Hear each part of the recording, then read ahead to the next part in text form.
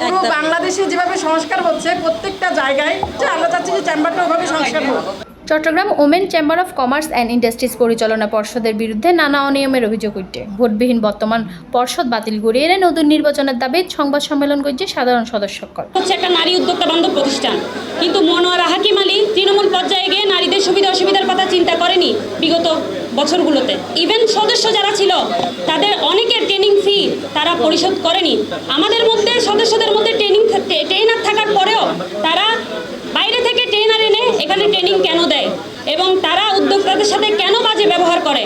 Women chamber Monowara হাকিম আলী যে রায়হান ভাইকে যে দায়িত্ব দিয়েছেন, রায়হান ভাই নিজেকে প্রধানমন্ত্রী মনে করেন। ওনাকে আমরা প্রধানমন্ত্রী হিসেবে মানি না।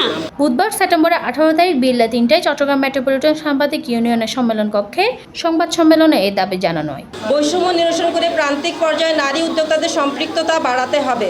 বৈষম্যের কারণে তৃণমূল উদ্যোক্তা চট্টগ্রাম উইমেন চেম্বার অফ কমার্সের সাধারণ সদস্যরা আগ্রহ হারিয়ে উদ্যোক্তা পেশা থেকে দূরে সরে যাচ্ছে। নারী উদ্যোক্তা সাদিয়া আফরিনের সঞ্চালনায় বক্তব্য দেন চেম্বারের সদস্য নুসরাত হোসেন। বিভিন্ন প্রশ্নের জবাব দেন চেম্বারের সদস্য শাহনাজ আক্তার, জান্নাতুল মাওয়া মুন্নি। এর উপস্থিত আছেন সাবেক কাউন্সিলর নারী উদ্যোক্তা মনোয়ারা বেগম মনি, ওমেন চেম্বারের সদস্য আমেনা বেগম, নার্গিস রিক্তা, মনোয়ারা বেগম সাকি সহ আরো বহুত কেউ।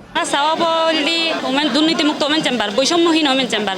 এরপরে সুফলে বোধে আর তৃণমূল পর্যায়ে বহুত নারী উদ্যোক্তা আছে যারা নিজের হাতে বিভিন্ন তৈরি পণ্য ব্যবসা করতে স্যার, কিন্তু তারা হল সুযোগের অপেক্ষায় আছে। বিভিন্ন অনলাইন গ্রুপত বিভিন্ন দুর্নীতির হারের নারী উদ্যোক্তা কল সামনে আগাই না পারেন। তো চট্টগ্রামের মধ্যে চট্টগ্রাম ওমেন চেম্বার সমস্ত তৃণমূল পর্যায়ে নারী উদ্যোক্তা কলের হাজ করিব। একদম শুরু থেকে যারা শুরু করতেছে কাজ, তারাও যেন উঠে আসতে পারে।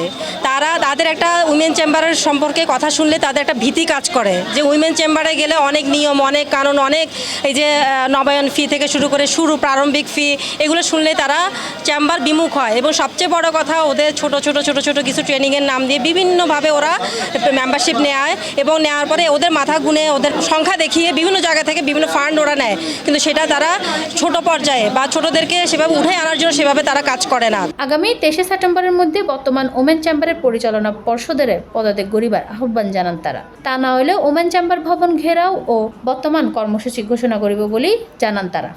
আগামী 23 সেপ্টেম্বরের মধ্যে বর্তমান উইমেন চেম্বারের পরিচালনা পর্ষদকে পদত্যাগ করতে হবে।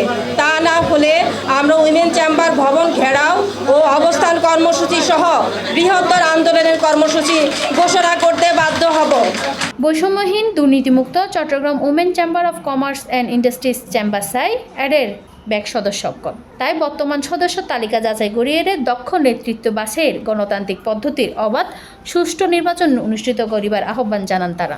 ওমেন চেম্বার অফ কমার্স যে সময় 2003 সালের মধ্যে এরা হইল, এই সময় ফরতন খুব সুন্দর করে এরা জিনিস পরিচালনা করছে আফা, কিন্তু এখন বর্তমানে ইয়েন অগুছালো গিয়ে এই জিনিসান চাই সুন্দর করে যেন গুছানো হয়। যেন আরা চট্টগ্রামবাসী সকল যারা নারী উদ্যোক্তা সকল আছি, এই যারা বহুত কেউ ওমেন চেম্বার হইলে নচিনে, তার আছে দিয়ে ইয়ে নতুনভাবে আবার একটু সংস্কার হোক এবং ছোট বড় ব্যাগ উদ্যোক্তা সকলে চিনক। C+ চট্টগ্রাম।